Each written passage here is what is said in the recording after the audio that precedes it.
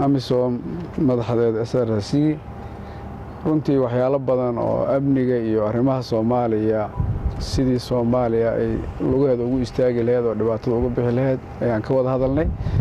runtii amisom waa u mahadcelinaynaa dadaalka ayada ay Soomaaliya ka wado oo badan oo runtii in Soomaaliya nabad noqoto oo al-shabaabna laga saaro dalka dadka Soomaaliyeedna ay noqdaan dawladoodii iyo lugahooda ay ku istaagaan iyo horumar ay gaaraan runtii aad aan ugu wada hadalnay waan u mahadcelinaynaa runtii amisom dadaal badan ay gelisay dhiigeeda ay u hurtay wax badan ay ka qabatay dalkan runtii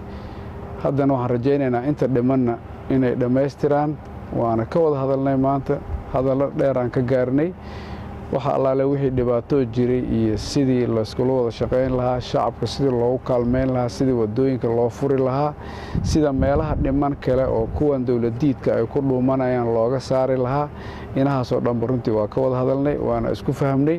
runtii waan u mahadcelinaynaa amisom dawladihii ciidanka keenay iyo dadka lacagta ku bixiyo kaalmada ku bixiyo dhammaantood waa u mahadcelinaynaa dadaalkoodana waa ka mahadcelinaynaa haddana waxaan rajaynaynaa inta dhimanna in la dhammaystiro degmooyinka dhiman iyo tuulooyinka iyo meelaha ay ku dhuumanayaan kuwa dawladiidka in laga adkaado Soomaaliya dhammaanteedna jidadka iyo meel walba la isku furo oo isku furmaan ciidamada Soomaaliyeedna la dhiso ciidamo xoog leh oo runtii dalka hanan karo inay noqdaan ayaan ka wada hadalnay waxaan rajaynaynaa intaba inay suurto geli doonaan biidin Ilaahi kariim waan u mahadcelinaynaa SRC waana salaamantiin. Assalaamu calaykum.